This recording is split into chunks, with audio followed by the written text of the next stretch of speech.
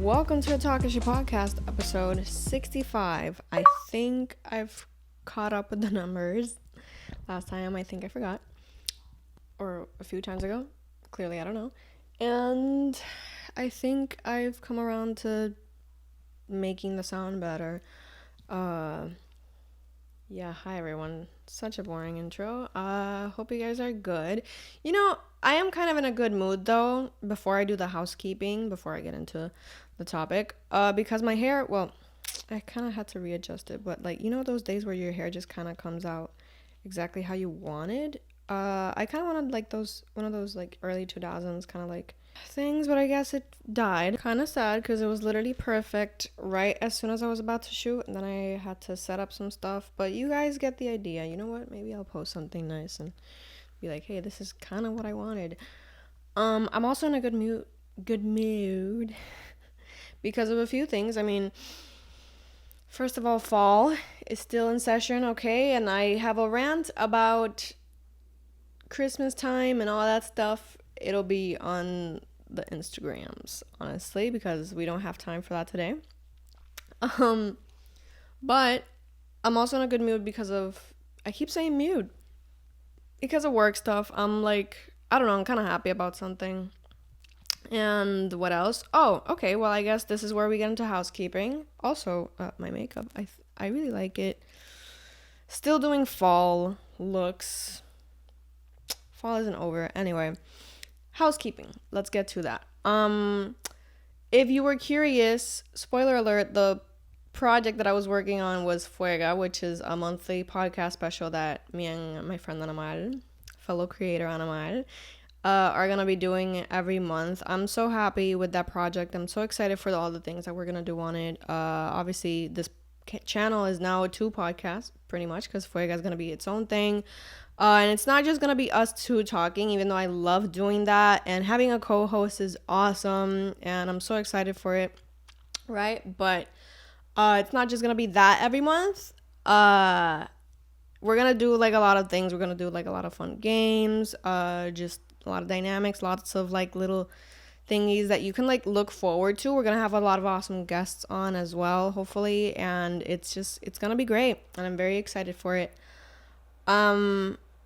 So yeah, go watch it if you haven't before. I feel like this podcast, you know, the TALKESHI podcast, is like casual content that you watch like in your weekday, and like you watch it while you do the dishes, or while you cook, or while you do your makeup or work. And the Fuega podcast is something that you should watch lit, to be honest, like on a Friday night probably, and you're like, gonna sit down and watch these 2 girls go at it, pretty much. Okay, that's what she said. That's what he said, more so. But yeah, Jesus Christ, I hope. Oh my God, what a mess. I'm sorry. But yeah, I think that's enough housekeeping. Let's get to the topic at hand. You already saw the title, and you're watching this because, well, I want to talk about these topics. I literally have no script. It's just something that I've been thinking about. There are 2 topics that kind of coincide with each other, you know, like I was even going to start with like a funny line of like, I had no script, but if I had a script, it would be this. Like, what do Drake and Rihanna have in common other than the fact that they dated in 2016? And that's, misogyny, I guess, unfortunately. Listen, before I talk about this, I want to say 2 things. First, that I want to talk about it. I will talk about it from a moral point of view, sure. Like, there will be moments where I'm going to be clearly more subjective than objective, right? And my own opinion is going to be pretty in there. But I do want to talk about optics as well. I think optics are interesting, especially with the Savage X Fenty thing. Just like optics, publicity, PR, all that stuff, like, it's very interesting to me. So I will be talking from that point of view, especially with that one. Like, you know, don't come at me just for saying like, oh, like that's such a bad idea because of the publicity. Obviously, I know that from like a moral standpoint, it's also wrong, you know, like I just really want to make that clear beforehand. And also the fact that I actually really like, you know, tie myself to any celebs, okay? Like, I don't think I am an actual stan of anyone in particular, or like, I don't tie myself down to like a celebrity to like the end of like, defending them blindly, like, but I do like, I love slash loved. I'm going to be saying that a lot, like past and present tense, but like, just bear with me, right? I love slash loved Rihanna. I like, she was really like a role model for me. I know that like all billionaires are bad, but like, just like her come up and everything and her artistry, obviously.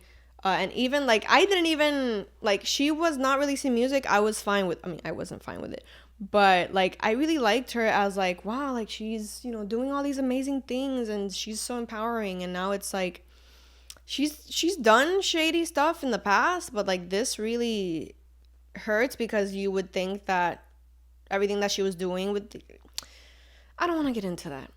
I'm sorry that I say that so much across all these, especially lately, like these podcast episodes, but anyway, now with Drake, obviously, like, listen, I'm a listener. I like Drake. I like listening to his music. I actually have like kind of like this emotional thing with Drake simply because me and my brother would listen to him and it's like a whole thing. And like, yeah, I could say that like I like his music, right? And it's like, I remember shout out to but like, listen, Noel on the TMG podcast, he was like, oh, Drake is like McDonald's, it's like something that everyone kind of likes, that's, it's not the best, but it's like, it's edible to some point. But like, obviously, yeah, like that's how I felt about Drake for a long time. So these are people that, these are celebs that I've liked. So please don't come for me. I know even like Rihanna fans are angry about what happened and stuff. But I wanted to get those two things out of the way. Let's get into it. So first, I want to talk about the Rihanna slash Johnny Depp thing, because it happened first. So, context: Johnny Depp is to appear in the Savage X Fenty show number 4, I think. Right? This is the 4th one they do. Apparently he's in it. And listen, I genuinely, out of my own, for my own sake, for my own sanity, like I never wanted to talk about the Johnny Depp slash Amber Heard trial, but I think people can just know that this man is an abuser. Like, let's just call it like it is, right? And I'm not gonna talk about that anymore. And hell, like I say that, right? Like that is my opinion, right? Like objective, it's so funny because this is ironic, but like objectively, that is my opinion. Like, right? That's what it is a fact, but you know what I mean. However, you would think that, I think my biggest qualm, other than morally, right? Like this feels so bad because it's like Rihanna is a survivor from DV, and just in general, people know that this would be a bad idea. Is what I'm trying to say. Like, why get into this? But what I mean by that is like, you could really get into this and like ruffle some feathers and like talk about the situation and all that stuff. But why? Why do that? Why essentially pick a side? Like, there was no reason to have this man in your show at all. Like, I don't understand what they were trying to do here from a PR point of view. So like, across this episode, I'm going to be asking why a lot, right? And spoiler alert, it's because, the reasons are that people hate women and they hate black women, and that's just kind of the reason for it all. But I just want to know, getting back on track, I just want to know why. Why were, like, come on, any person who is an expert on optics, who's an expert on, like, publicity, would look at this and think, why? Why choose a side? Why align yourself with this person? You have amazing people in your show. You have Cheryl Lee Ralph, who's on Abbott Elementary. She was in the show. You have a lot of, like, I don't know. I haven't, surprisingly enough, I haven't really been on the internet, so I don't really know anyone big else who's been on the show. Would love to see those people and not Mommy, just saying. Um, so my questioning here is like, who made this decision? Another big qualm that I have with this is I can't really believe, you can't make me believe that Rihanna didn't have anything in mind. You know, you can't tell me that Rihanna didn't look at this and be like, oh, like, I don't think we should do this. I don't think that's a good idea to include this person.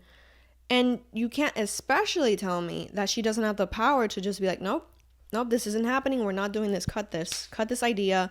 Hell, like, probably even fire this person, right? That's what any person would do. That's what I would do if I was her publicist, her whatever, you know, her casting director, anything.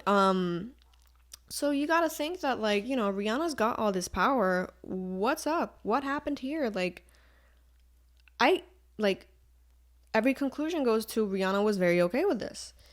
And, you know, she's apparently done a lot of shady stuff, which, like, by the way, I find it so annoying when people on the internet go like, oh, like, we've been talking about how shady she is and whatever. And, like, well, I didn't know the whole R. Kelly thing, that, like, she really wrote for R. Kelly and, like, other stuff. There was, like, a few things that I did not know. So, like, I can't just be here, you know, what do they call it? Virtue signaling? You know, I can't just be like, oh, everyone, like, you are all bad people for not knowing this. It's like, come on. Not everyone is chronically online. And yeah, like, you know, I just can't. I can't really, it's not that you can't meet your heroes or anything like that. It's because, you know, she is a billionaire. She's like, I don't think billionaires are good people, like a lot of people on Twitter has said, but I feel like this is just, no, like there's, I'm not saying that the things before this were like are okay. I'm not gonna get into that. The point I'm trying to make is that there's no defending this at all. Like, there's no point in defending this at all. This is a big slap in the face to Amber Heard. This is just, and to survivors everywhere. And it's so sad that it comes from a woman survivor of DV. And there's just no excusing this. And it really, really hurt. I think this is like such a huge deception because I think a lot of us really like Rihanna. And most of all, like, I want to close that topic with this. Savage X Fenty. Hell, Fenty Skin, Fenty Beauty, like, her whole empire has really defined themselves by being very consumer friendly in the sense of, like, they listen to their consumers. They're very inclusive. Like, it's all about inclusivity, about, like, you know, like, shades in makeup that were never really there before, you know, to a certain extent. Inclusivity in Savage X Fenty, like, sizes and stuff like that. It's a brand. Rihanna is a brand. Rihanna herself is a brand of, like, everyone here is welcome and everything is great, you know, like, and it's funny because at the beginning, sure, Rihanna was very petty. Rihanna was very savage, I must say, like, savage, like, you know, in her youth, she was relentless, and very petty and, like, all that stuff. But now, like, you know, she's kind of recreated herself into, like, this brand of, like, you know, like, our product is great, it's for everyone, and it's also kind of semi-luxury, kind of, you know. It's been a brand that has been very, like, aware of itself and, like, listens to people. So this is just hurtful, I think. And it's like, I hate when people talk about things being calculative. That's not a word, probably. But, like, you know, when people, there was a moment in time where we just received information and accepted it at face value, right? And we'd just be like, oh, yeah, like, damn, that's bad, right? Then there was, like, this point in time where we'd, like, kind of see everything kind of calculating and be like, oh no, like, she's doing this for, like, bad publicity, for controversy, whatever. I think we're just kind of back at point zero where it's like, this is just bad. And I think this was a decision that she wholeheartedly agreed with. If somehow this comes out that, like, she didn't, or that whoever suggested it was fired, I don't know what's the credibility to that, because I think her team is very smart and I think they wouldn't allow this. And if they did, then like, yeah, I think that's where my objectiveness stops. And like, I just have to think this was just very bad in layman's terms, in kindergarten terms. Now, Drake. Listen, like I said at the beginning, I am an avid Drake listener. I would say that there have been, no sé si en inglés se dice lagoons. There have been periods where I wasn't. I wasn't really around for that one, like the slide era of Drake. I wasn't really there for that. There were a lot of eras that I didn't really listen to, but like when Drake was on, I was there, and trust me, like I've had every album since, I think, Thank Me Later, bro. I've been a very big fan since those times, since like 2009 and stuff. And listen, it's not that Drake has been perfect. Like thanks to this, I've, again, like the Rihanna thing. And not even that, like there has been just like so many news of like how he has, DM'd underage girls and like has done a few problematic things. A few would be like undermining it. I don't want to undermine it, but like you get the point that there has been a lot of things, a lot of questionable things that Drake has done. And Drake is also like, even me being like a listener of him, can acknowledge that he has been cringy, he has been corny, he's been just like a person who like, I don't know, like why? Like there's been a lot of moments, like the pregnant emoji, what was that? But yeah, I will admit that I like every drop and everything, like I have listened and I have been a fan. I'm never gonna deny that. And that there have been moments where it's just been questionable. Everything he's done, not everything, right? But like a lot of things that he's done have been questionable. Yes, I keep playing with my hair. I'm sorry. It was perfect when I first adjusted it. It was great, but I guess I'm just gonna have to see. I only look good kind of like by this angle. Let me keep going because this is important. So, nothing. I was excited for her loss. I was excited for this drop, especially because 21 Savage is gonna be on it, and I'm like not the biggest 21 Savage fan, but like I do like his music. I do like his voice. I think he's very talented. That's underplaying it, but yeah, I was excited. And then, I typically don't listen to, like, I'm not a 12 a.m. listener. Like, I listen to it whenever I want to. And I start reading on the TL that the album has a lot of misogynistic vibes. And listen, like, I'm not gonna be here to discuss rap or reggaeton or misogyny. Like, I'm not here, like, all my life I've listened to rap. All my life I've listened to reggaeton. And I feel like every discussion around like, oh, those genres are misogynistic and whatever, it's like there's like this shrouded racism around it, and I'm not gonna touch those topics. Like you kind of just, I'm not saying accept it, but like I wasn't surprised when I heard that, right, at first, even though the album has a woman on the cover. And also, like, I don't really expect, when you don't expect much from artists, you kind of like. Then there's this one specific line that really threw me off. Like, I didn't hear it. I read about it. There's this one specific line talking about Megan Thee Stallion. Listen, I know I said that I don't write for celebs, but Megan Thee Stallion is like someone who has been very attacked in the media and literally just the embodiment of, not the embodiment, but like definitely, the Malcolm X quote of like how the most disrespected person in America is the black woman. Like that just, sorry I keep making so many cuts, it's just the lighting is kind of weird, just wanted to say that. Anyway, she is really like, that applies to her so much. I feel like she has been a woman who's like been so disrespected in the media ever, especially since what happened with Tory Lanez. That stuff really has kicked off another level of misogynoir that, like, sure, I'm a fan and I can enjoy her music and all that stuff, but like I feel like through her, or like seeing the vitriol thrown at her as a non-black woman, you can really be like, holy crap, like this is obviously not okay. This is stuff that I've been talking about forever, right? But like you see it and you can't really even deny it. Like the things that have happened ever since she came out talking about her situation with Tory Lanez was like insane and horrible.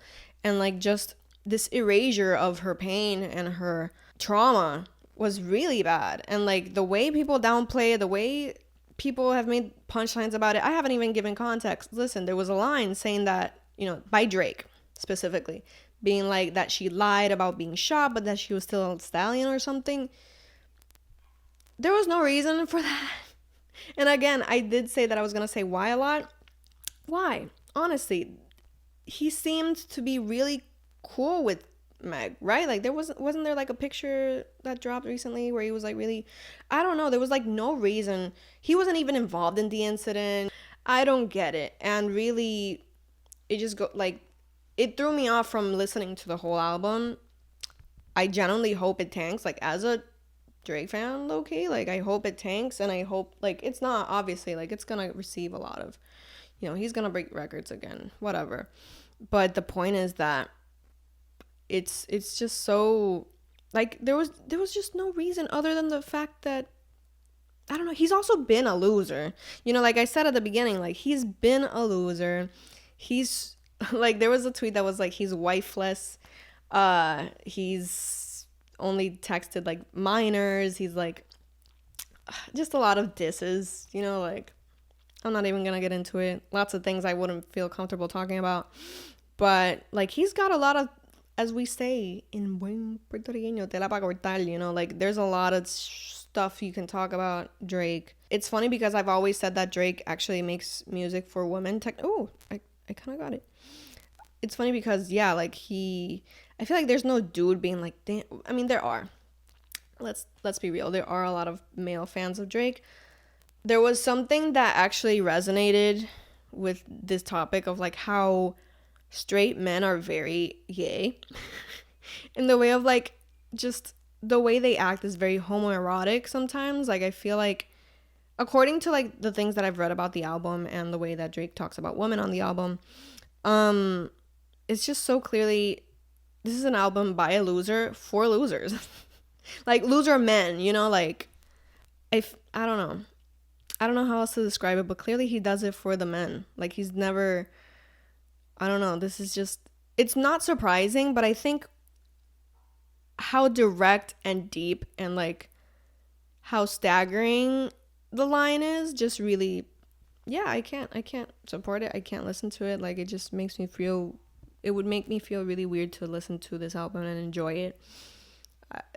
And it sucks also because apparently people have been saying that it's like his best, it's been his best since a while, like he dropped a few albums recently, but like this was some of his best work lately. So yeah. Why do artists do this? I don't think it's calculated. I'm starting to not think it's calculated. A lot of people, like there was one dude on Twitter being like, oh, this is so calculated. Lil Yachty apparently was like, oh no, that wasn't like, he was talking about how like she's fake in other ways, like implying like surgery or something, when apparently Drake has had surgery himself. Anyway, yeah, like why do they do this? I genuinely don't know. I feel like either they're just not chronically online. That's a lie. Sometimes I think they are. Sometimes I think they're not. I don't know if they're not chronically online and read the stuff about them. Maybe they do, maybe they don't. I don't know. But yeah, I just really wanted to talk about these situations. I know I typically just talk about Puerto Rican pop culture and stuff. I don't really like talking about American pop culture. I mean, I do. I would love to, but then I mind. And on Fuega, you can like, we'll talk about a lot of that stuff on there. But yeah, like, I just don't think it's as calculated as people make it out to be. And sometimes celebrities are just bad people. Or at the very least, giving them a little bit of shred of doubt. Specifically Rihanna, but Drake too, sure. Sometimes celebrities just do bad things, and that's it.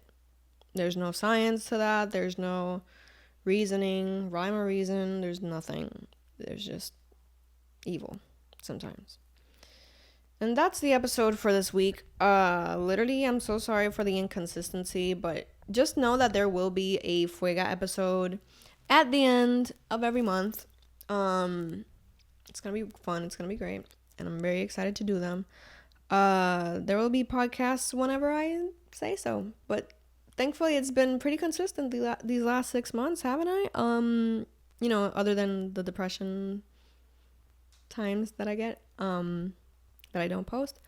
But yeah, hopefully you like this one. Thank you for listening all the way through. Thank you for watching all the way through. And I will see you either next week when I make a podcast episode, in the next few weeks or so. And also catch you in the next Fuega episode, which I'm excited for. I'm excited for November's edition of Fuega. So I'll see you then. Thank you and goodbye.